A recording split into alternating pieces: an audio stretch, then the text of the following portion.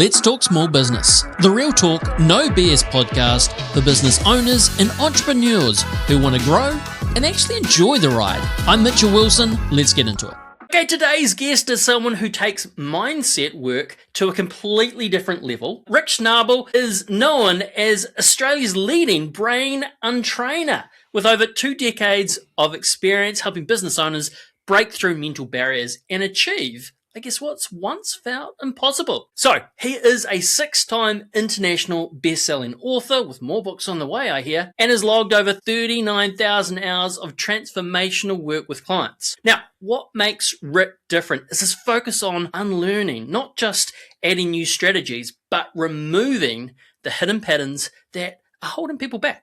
So, if you've ever felt unstuck, second-guessed yourself, or just hit a ceiling in your business that you can't explain, this conversation is going to challenge how you think about growth. Rik, let's talk small business. Fantastic. I'm all ripped and ready there, Mitchell. Cool. So, I guess you've spent decades studying the brain and human behavior. What originally pulled you into this line of work? Yeah, look, I guess my story is fairly similar to a lot of other people in this space. You know, you usually start researching things when you have a real big need in yourself. And when I was growing up, I had a lot of challenges with bullies. I seemed to get picked on a lot. It's probably because I was a Schnabel in amongst Roberts and Smiths and Jones and, you know, all the Australians back at a time where there were many, many Europeans coming into Australia, and my family has European heritage. And so I used to get the introduction of, what's your name? You know, I'm Rik Schnabel. Boof. You know, and that was, you know, that was kind of like my introduction into primary school. And so I wanted to, typically you either attack or avoid. And I took the more peaceful option. So I went to avoid, and a place to go was the library. Bullies just didn't go to the library. And I started looking at a lot of kids' books, as you naturally do, when I was kind of six years old. And then I just kept going. It became a habit, and I ended up getting bored of the children's books. And just around the corner was the psychology section. So I started reading all these psych books and started seeing myself in a lot of these books. And it made me begin to start thinking that who you actually are is not set. So that idea entered into my neurology very, very young. But it took me about 35 years to finally get formally trained in psychology, neuro-linguistic programming, EFT, and a whole host of other things, because I had a barrier, and my barrier was my money blueprint. And I go back to a time when I was working in corporate. I worked for News Limited. The reason I worked for News Limited was actually the pay. I was given 2 roles that I could have gone for. I came out of a career of advertising and marketing, all of that. And I could have gone for a job in Sydney for 200,000. And I could have gone for a job at News Limited in Victoria, in Melbourne, for 80-odd thousand. But my mindset was 80-odd thousand. So even though You didn't allow yourself to No. sort of feel like you're valued enough, or you should be paid that enough? Yeah. I had this really warped idea, which was, you know, I was always had a good work culture, and, you know, I would work, get there earlier, leave there later, and put in a lot of good, strong effort in my day.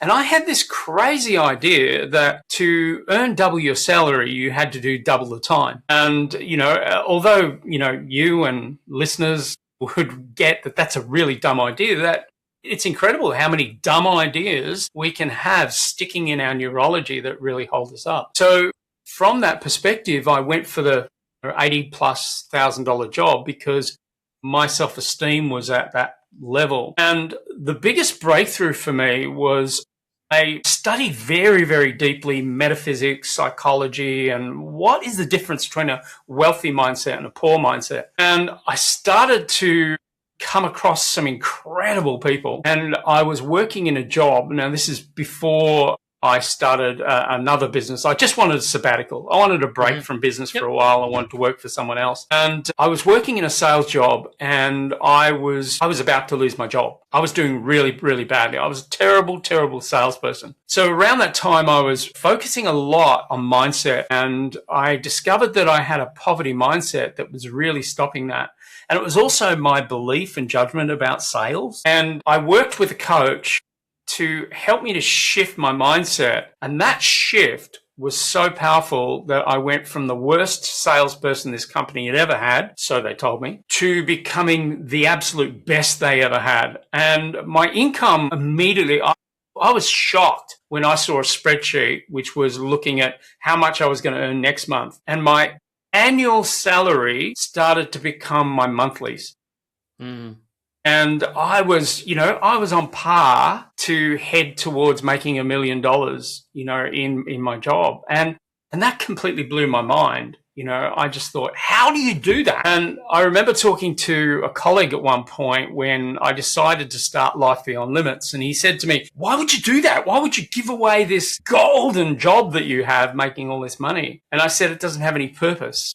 I'm just selling widgets. I don't care about selling widgets. I want to have a business with meaning and purpose to me. And he said to me, back then it was John Howard, our Prime Minister in Australia, and he said, you're earning more than John Howard is, and you're only working kind of 3 days a week, and you're kind of gearing towards earning $1 million a year. Why would you give that away? And I said, because the very reason that you're telling me this was my biggest breakthrough. So I said, I want to write a book about this. So I wrote my first book, which was originally called Life Beyond Limits, that later became known as A Richer Way to Think. And that book, I put all my content in. How did I go from poor person to rich person? How did I make that shift? And I started coaching it. I started teaching it. And I was getting these incredible results. Like a lot of my testimonials were, hey, you doubled my income, or I earned an extra 100,000 this year because of the coaching. And that became my niche. It was small business owners that really wanted to do better financially, but something was actually blocking them. So this became my passion. But literally I went there because of the limitations in my own life at first. So that's what drew me there. But it was actually all the results and everything that was happening that kept me there. And I've now stayed there. This is the longest career I've ever had, single career I've ever had of, 25 years now. Look, I resonate with what you're saying there. I too remember going through that mindset shift, especially in a commission sales journey that I had myself. Yeah. And when that mental switch flipped, it was like a waterfall, and the money just kept flowing in freely and freely, just like yourself in terms of that in that story. So yeah, I get what you're saying, and I guess unless someone's actually been through it themselves, they may not get that. But tell me, actually, can I ask you something? You went through that same journey. Did you also go through the guilt phase? Where you get to that point where you think, I feel so guilty. I'm making so much money and I'm not really putting all that much effort that I imagine I should. Did you go through that? Well, yes and no. Because I was sitting here when you were saying that and I'm like, holy shit, I'm probably the opposite. I probably go to people and think I'm worth far more than what I am. If I was going to, I guess, work for somebody else, with what they would choose to pay me, I would probably say, no, I'm worth double or triple than that. What are you talking about? So maybe the opposite, which could be another problem altogether. But yeah, I think I do sometimes still now. It's like, hey, do I deserve all the things that I've got, maybe for the amount of hours? So it is probably in there still a little bit of depth. Now, you, Rik, I've got here noted down that you went from significant personal debt to building real success. Now, we're talking about that mind shift, I know, but what really shifted internally during that period? Can you sort of dive in on that? Yeah, there's a model that I often take my clients through when they're, when they want to go to that next level in their business, or they want to grow themselves as a person. It's a model essentially called logical levels. So typically what you do is, to create an immediate shift or a quick shift, sometimes we can change environment. We can put ourselves in a new market. And so environment is the first level. The second level is, what are you going to do? And most people in business stick around environment and behavior, and they stay around there. Those people who are quite advanced will start moving up to the next level, which is skill-based capability. What skill can I learn to get better in my key driver, the area that I make the most money in the quickest amount of time? And when we get to that level, we're typically training something along that particular line. But the stuck point, the point that most business owners don't get to, is the next level. And the next level is beliefs and values. Because beliefs are kind of like your on or off button. You know, if you believe something is true, you will act as if. But if you believe something's untrue, you're not going to look a fool. You're not going to, humiliate yourself. So what you're typically going to do is you're going to stop at that particular level. Beliefs and values, I believe, are the key ingredients to beginning to shift your business, shift your results in a really huge way. But there's another level above that. And this is the level that locks it in. So that's the identity level. Like I am a failed entrepreneur versus I am a successful entrepreneur. And I know it's just a quick set of words, but what we have to understand is everything underneath that identity, the beliefs and values, the capabilities and skills, behaviors, and all of that locks in the identity point. And when we are completely locked in at the identity point, then we show up very differently. But there's one more level after that, and that's spirituality and purpose. If you can get a business owner to a point where they're right up the top there on their purpose, or even they have some spiritual reason for doing what they do, then that is a very driven person. You're not going to stop them. You're not going to hold them back because their vision is bigger than their business. And if their vision is bigger than the business, then you're going to continue to grow. I think more and more nowadays in these larger companies, take Silicon Valley and all that kind of stuff. Yeah. Am I right in saying that a lot more people are wanting a purpose in those kind of roles than anything else, like money or whatever? No, give us a purpose. Let's work towards this direction. Yes. I think, like, we look at the world right now, what we've got is rising inflation, we've got rising fuel, we've got rising tension, a lot of chaos in the world. And when the world becomes a bit chaos, people do default into the fight, flight, freeze, or fawn. So what they're typically going to do is they're going to come back down to survival level. Now, to get out of survival level, and I'm hearing this a lot from business owners, like some business owners in coaching sessions, of course, they're very confidential and you're not sharing that information outside of the coaching session. So, of course, I'll never share names, but the conversations that I'm hearing are people are saying, well, what's the point, Rik? What's the point? This world looks like it's going to go to crap. What's the point? What is the future? Is there a future? We've got a president in America who's got sole rights to put his finger on that button.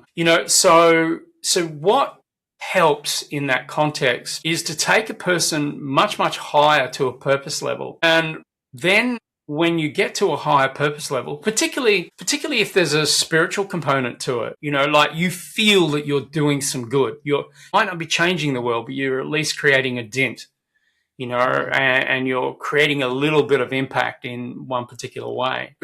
So from that perspective, all of a sudden, once you have that level of purpose, you will have a lot more energy and motivation. It's a little bit like the opposite of that. Is if you think about times when we're confused or we're down or we're a little bit sad about something, it's like our energy disappears. And if you think about it, business owners who are successful, they are really good at managing their emotions, because we all know life is a bit like this, but it's how we respond to that really makes a difference. And so from that perspective, what you want to be able to do is not get triggered by all the nonsense that's going on in the world. Like truck drivers are still going to jump in their truck and transport those goods and cross their fingers that there's going to be some fuel tomorrow. And, and it causes people to go into what is my plan B. They're the productive thinkers. They're not fixed thinkers. They're the more open thinkers. But the fixed thinkers will sometimes just get themselves to a point where they go, what is the point? Okay. You talk about untraining rather than just training. Like, would you say in traditional methods or coaching that wasn't working here to look at the untraining side? Well, you could be working with a coach, and that coach could, and you decide that there's a particular angle that you need to take in your marketing, or there's a new product that you've got to build or design or service or something like that. So you agree, let's do this. Now, what I've found over the years, like I was originally trained as a coach, like traditional coaching, using grow models and other, systematic models like that.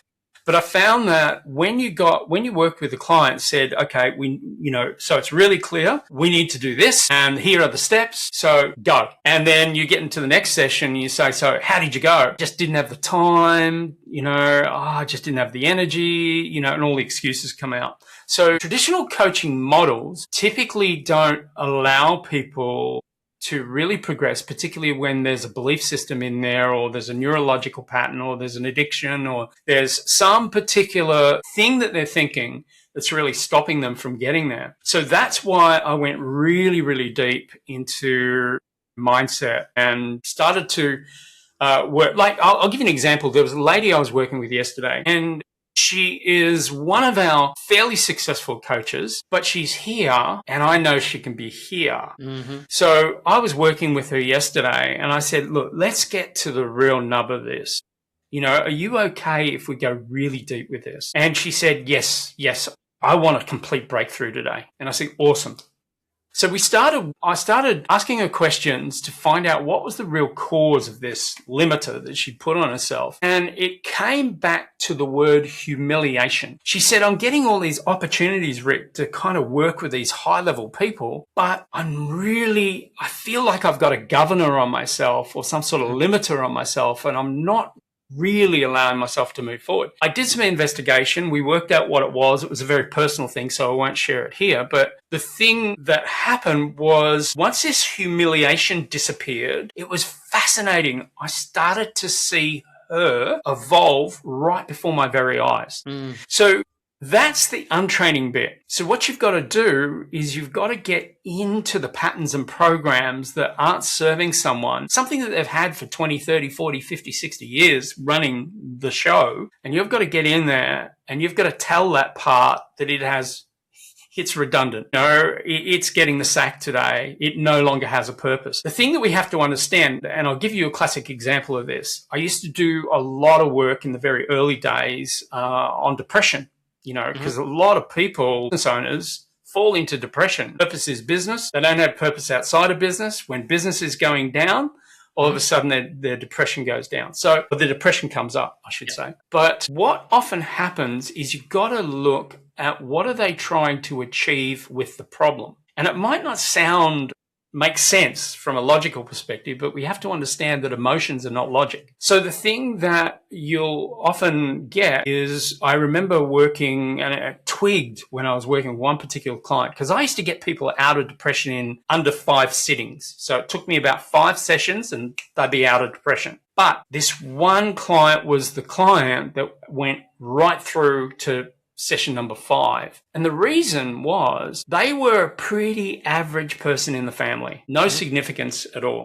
And, they kind of felt they were a middle child as well. They weren't the oldest, they weren't the youngest, and they felt a bit overlooked. But the moment they got depression, everybody took notice of them. Everyone was walking around on eggshells going, are you okay? And they'd be going, oh yeah, it's a bit better today, and da da da da.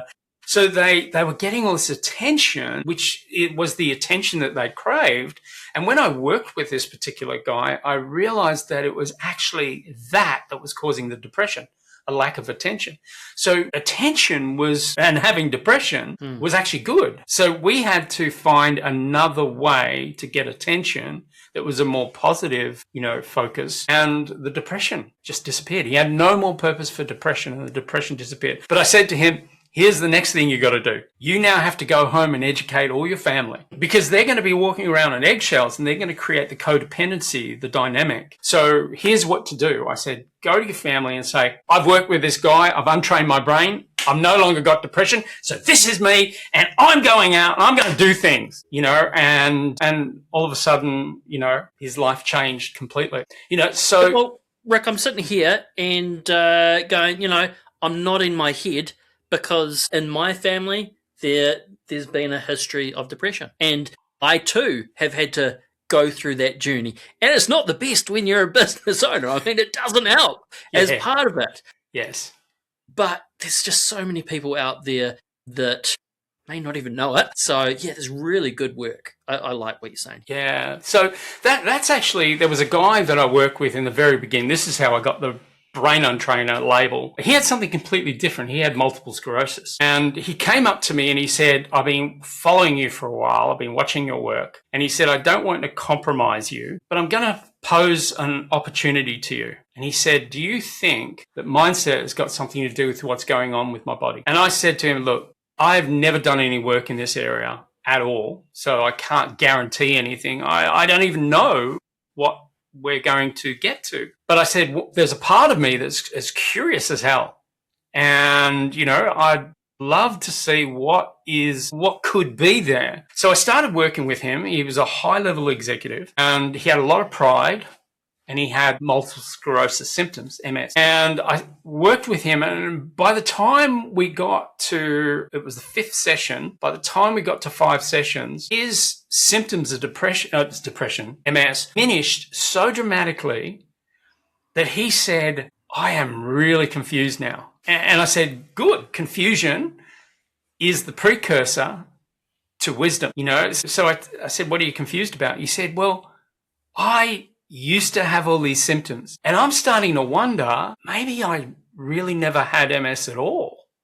Like, I've been diagnosed by medical professionals, but maybe they got it wrong. And I said, look, at the end of the day, I don't care whether they got it wrong or whatever. I care about the outcome. So where are you now? He said, I no longer have the symptoms. And he said to me, you're not a trainer. You're not a coach. You're a brain untrainer. And he said, you've literally untrained my brain. And I don't feel like that guy that I felt like when we started. And, that was incredible. And to me, it was hugely surprising because at that point, I'd never worked with anyone in the space of, a physical issue. And then all of a sudden my practice opened up and I was getting people with cancer and and the list goes on and on and on. But I'm just insatiably curious about what is possible with this magical thing that sits at the top of our body.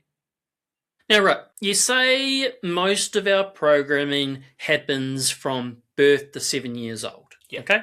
I don't want to put a downer on this podcast at all, but someone recently, unfortunately, passed away on their own terms, if I put it that way. But even more recently, found out that they also had some kind of abuse as a kid as well. Okay, so it's kind of, I don't want to go that deep into things, but it is sort of semi-relevant for me today. You say, like, that young age, how important are those first 7-8 years of life and things that can happen that may resonate or bubble to the surface in people that are older, 50 plus, I don't know. Yeah, well, a lot of us will put a lot of emphasis on those first 7 years because it's technically called the imprint period. And imprint means we just observe what we observe, we hear things, and we believe that that is all truth. And in it goes. And, people point at us and call us names, and we believe that they're true too. And so it's really important who we surround ourselves with is a critical thing. But even though it is quite critical, those first 7 years,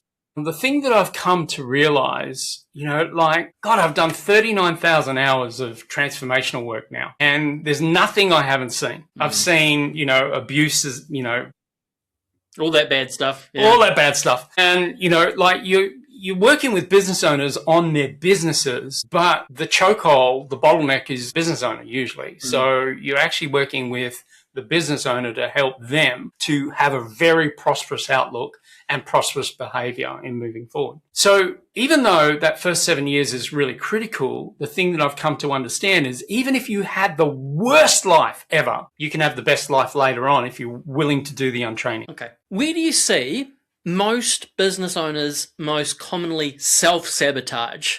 Because some of the times that's it in terms of the mindset. Yeah. This is going to sound a little bit rude. It's not intended to. But most business owners that get really stuck are know-it-alls. They know it all. They go, well, this is just like what it is, Rick. And I go, no, it's not. That's just your perspective. And what they do is they get locked into an unconscious pattern. And the older people get, often the darker people start to think, because, we've all experienced being scammed, someone ripping us off, someone bad-mouthing us, all that sort of stuff. And, so as a result of that, what a lot of people do with their lives is they treat it like a dodgem car. They hit something and go, oh, that's uncomfortable. I'll never hit that again. Mm-hmm. And then, okay, I'm never, ever dealing with that industry ever again. So they close off an entire market, and a lot of that is happening. So business owners get really, really stuck when they think they know it all. But the truth of the matter is, as we get older and older, we begin to realize how much we don't know. And, I'll give you an example. When I'm working with a client who is that typical, I know it all, there's nothing you can teach me, Rick, I know everything. And I go, okay, great. That's awesome. Though, can I get you to see things in a slightly different way? And would you be open to seeing it? Because, and then I've got to give them the logical reason and understanding. Now, if that person isn't willing to learn, if they've got very much a fixed mindset, not that growth mindset, then what typically will happen is they'll close those doors to any suggestion or opportunity. And that's often the bottleneck. That's the problem. Because they're thinking too small. I'll give you a classic example. Many years ago, this is the dot-com boom. I had an idea, just jumped in my head, the whole thing. And it was around 8 o'clock at night. I just had dinner and I had an office at home as well as my office in a building. So I went straight into my office at home and I started moving boxes and going, this is so exciting. The market comes here. The product is here. We build a membership and community here. And the idea that I got was building an online university. Mm-hmm. This is before online universities ever existed. And the following day, I had a meeting with a guy who owned a college and we were supposed to go to the Grand Prix, and I called him and I said, hey, his name is John. And I said, John, can we sit down and have a chat, at a hotel, and let's have a coffee before we go. Now, we met, I can't remember the time. I think it was early, 7:30, something like that. We didn't leave that hotel until about 2 o'clock in the afternoon. And then we said, we should probably go to the Grand Prix. Yeah. And we went there, and but what we had developed in that space of time, he said to me, what are you doing this Friday? And I said, why? And he said, come to Indonesia. And I said, what's happening in Indonesia? He said, we've got a business proposal with a company called Cordell over there. And this is the missing piece. Your idea is the missing piece. And so I went to Indonesia, but before that, we were working out a spreadsheet to work out what was the potential of this business idea. And the money, the EBIT in our first year of business was so big that John said to me, you've made a mistake. There's got to be a mistake in this spreadsheet. And I said, I tell you that there isn't. This is my standard spreadsheet that I use for business propositions. And so I said, what's the problem? And he said, that figure, that EBIT figure. And I said, okay, I'll shred down the market. So I shredded down the market from what was 1%, and I shredded it down to 0.01%. Mm-hmm. And the figure at the bottom turned to, can't remember the exact figure because it was a long time ago, but it was, I think from memory, it was something like 82 million. And we went to Indonesia. We sat down with the vice chancellor of a university. He looked at our business idea and he immediately said, I want half. And I said, okay, so to get 50% of this business, what are you bringing to the table? And he said, Rick, you've obviously done your figures and you've run your abacus across this, because we were basing this on 7,500 students, from like this college had a lot of overseas students. So we based it on 7,500 students in our first year. This guy said, distant education students are 75,000 students. Oh. And he said, so put a few zeros on that. And the figure that came out was $998 million in our first year of operation. Of course, we had to build it, but this was my first lesson in scope and mindset and the two correlating together. What I noticed is because this number was so big and the opportunity was so vast that people from all over the world started hearing about our idea. So we had people from China, from America, all flying over to meet with us. But to cut this story really short, because it goes on for quite a considerable time, the business fell apart. We made $80,000 in our first week of business. And you would think with that amount, no problem. But John started going very negative. He started getting very negative about the business. To cut a long story short, our lives were threatened with an investor that basically, some Chinese investors that said, if this goes pear-shaped or this goes south, they said his name was Lettingham, so they said there will be no more Lettinghams. And my name was Schnabel, of course. He said there will be no more Schnabels on this planet, and it was a bit scary. But I said to John, look, we don't have to do business with these people. But he was freaked out. He was totally freaked out. But then we had the dot-com bust. Yeah. And when the dot-com bust happened, they wanted us to bring the campus, the bricks and mortar, into the business proposition. Now, at that point, John discovered his business was $8.5 million. And all he could think about was retiring and living in Provence. Yeah. So the thing that I really learned from that is that, our mindsets will put a limit. And we'll get in a pattern. Most of us do, business owners. We go, okay, I expect to earn $300,000 a year. Mm-hmm. Next year, $300,000. Another business owner says, I expect to earn $3.5 million. Next year, $3.5 million, $3.6 million, $3.7 million, $3.2 million. Ooh, not a good year, and we cycle around these patterns. So the untraining is really breaking the patterns so you can start to earn more, sorry, you've got another question. Yeah. Okay. So we're talking about mindset, and that's what it's all about.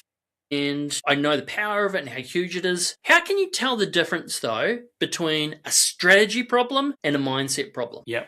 Okay, cool. So a strategy problem, often, most of us borrow strategies from each other. So if a strategy is working for company A, B, C, D, and E, and it's not working for you, then it's a mindset problem. So strategies are really, I grab a product, I find a market, I find a positioning. So I find, I call it the 10 Ps. All of my clients, I say, what are your 10 Ps? What's your people, your position, your product, your profit, your promotion, and the list goes on. But, essentially what people do is they grab that product and they say, right, that's my market.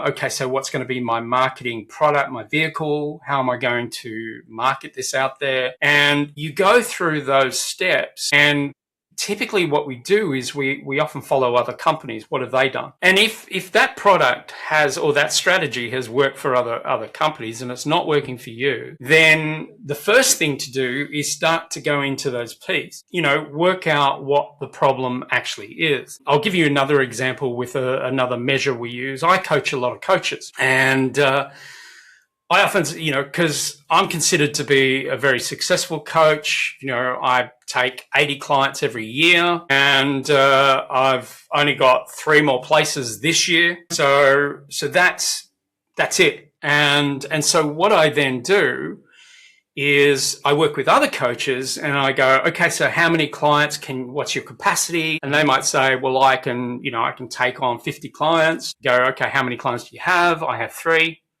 Okay, big problem. But as we progress, I call it the laps. I'm asking all my clients who are coaches, I'm saying, okay, what are your leads? And this is fairly similar with other businesses too. What are your leads? How many leads are coming through on a weekly, daily, monthly basis? How many leads turn to appointments? And how many appointments turn to proposals?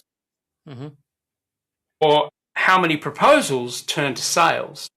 What are your conversion rates at every stage of that funnel? Exactly. So what you can then do is you can say, well, if they've got, 100 leads coming through on a week and they're only getting, 50 proposals out or 50 appointments out there, then there's a problem between the L and the A. So typically when a strategy goes wrong, you start looking at the measures, where is the strategy going wrong? Are we not getting enough people, or we're getting lots to landing pages, but we're not getting conversions to sales or whatever it is. And you can look at the strategy and identify where is the problem in the strategy, but you've got to have measures to do that. Now, if you keep working at that strategy and it doesn't compute into the sales that you really want, either your vision is too big or the market is too small or something like that, or it's a mindset issue. It's beliefs, really, at the end of the day, are your expectations. People rarely get what they want. People sometimes get what they need. They almost always get what they expect. I think there's a song in there somewhere, isn't there? There probably is. But hey, look, Rik, what's one practical shift a business owner can make today to start thinking different? Okay, step one, stop. Just stop. What we often do is we get into massive routines. And to give you a way that you can actually take this a little bit deeper is I've restructured my working week. So it's essentially Monday, I work on the business. I don't work in the business at all, just constantly working on the business. What needs to change? What do we need to improve? Where is our vision? Is that aligning with our vision? What people do we need? All that sort of stuff. So then Tuesday, Wednesday, Thursday, I work very long hours. I usually work 12, 14-hour days because I'm coaching. Some of the evenings I'm teaching as well. And then Friday is just download. Just take time out, get away. So what I'm suggesting, one very practical thing to do is to actually stop and, just dedicate one day, take a day off and only sit down working on your business without distraction or working with a team, and start looking at where is your vision with this business? What are the numbers that you're really aiming to achieve? And then break it down. What are your strategies to actually get there? Is this realistic? Or have you got some sort of limiter on your business? A real clear reason that people have limiters on their business is when they can't dream. They just go, oh, look, I'm just doing what I'm doing. And it is what it is. Once you start hearing that, what you're actually hearing is you're hearing a loss of hope and a loss of vision, from the energy of that person. And going back to that earlier suggestion of, going through logical levels, that piece at the top, that purpose, that spirituality, that reason that you do what you do, that's really key. And I'd be challenging every single business owner who is watching this right now or listening to it to ask themselves, why? Why do they do what they do? What is the benefit for self? What is the benefit for humanity? What is the benefit for their customers or clients? Why? Why do you do what you do? And sometimes that's a good starting point, because the why is the fuel tank. It's the cheapest fuel ever. It really, really is. If you can work out why you do what you do, and you will work the long hours, you will work hard, you will get out of your chicken and you'll get into your courage. It won't feel like work. It'll feel like your purpose. The absolute, and a really good sign of that is every time someone grabs you and says, come on, when are you going to stop? Hey, Rik, thank you so much. I sense this conversation could go on for a lot longer, but, it is really challenging about how people think. So, we didn't even get onto your books or anything that you got. Rik, where is the best place for people to connect with you, learn more about you and your work? Yeah, well, probably the easiest place to go is lifebeyondlimits.com.au. There's a whole bunch of resources up there. There's bio pages, all sorts of things, free products, stuff like that. There's actually, I don't know whether we've put it up on the site yet, but there's actually a free program, which we call Empower. And what we've done is it's a short course. The videos are kind of 5 minutes long, 15 minutes long at the longest. And there's about 9 videos in there. And the videos are really about helping people to find purpose and really start becoming a conscious leader. And so if you like, I'll email you the link and you can perhaps put it on the notes. That might be a really good place to start because there's a lot of good quality information in there. And sort of do you use sort of the Ikigai kind of method in there? Or? Well, I think the Ikigai method is something that we almost naturally do. You're constantly wanting to improve. You're constantly wanting to shave and clean and, get it so it goes faster, further, longer, better. Okay, so if you're listening to this episode and it got you thinking differently about your business, whether it's sales, systems, or strategy, that is the point. So if you also want help identifying your biggest bottleneck, mapping out your next smart move, you can also book in a free breakthrough session with myself and the CoachBirds team. Rik, thank you so much, and thank you listeners for tuning in. And remember, to level your business up, it's thinking about your mindset. I'll leave you there. Cheers, guys. Thank you. Let's talk small business. I appreciate you tuning in. If you got value, hit subscribe, like, or drop a comment. It spreads the word and might just help another legend get their breakthrough.